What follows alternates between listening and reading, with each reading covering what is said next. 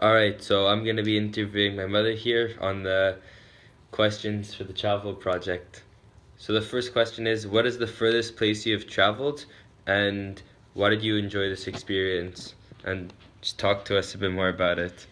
The furthest place that I have traveled is Europe. I went in my early 20s. It was my first trip that I took by myself.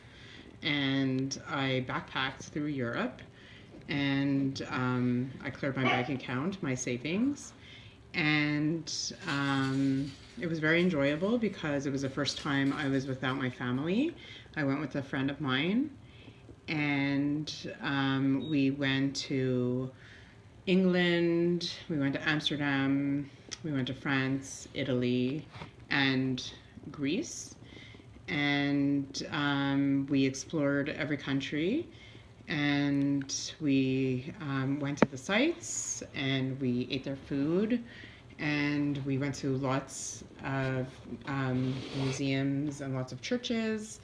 And it was really an incredible trip. I have never been back since then. So it was definitely the furthest place that I've been to. And it was a great experience because I learned how to become independent, how to budget my money, navigate myself throughout the countries, from country to country. We took trains, we took boats, we walked a lot, and yes, overall, it was a great experience. Perfect, thank you for that. The second question, is there somewhere in this world where you would like to travel, and is there a specific reason for that? I would like to go to Costa Rica. It looks beautiful there. I've never been there. A family member of mine went there and they loved it. They have the rainforest and exotic animals, and it's still not completely Americanized, which I like, although it is becoming more and more. Um, it looks like a beautiful place to visit, and there's a lot to do there and explore.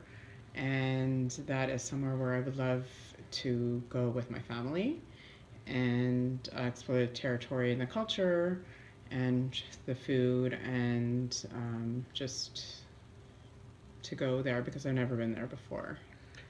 Thank you. The third question, when you travel, what are some essentials that you need to pack with you, and what do you look forward to buying when you're on vacation? So, like any souvenirs or anything like that. Right. I guess the essentials would be clothes, the proper clothing, water bottle, sunscreen, good footwear, um, money, your passport.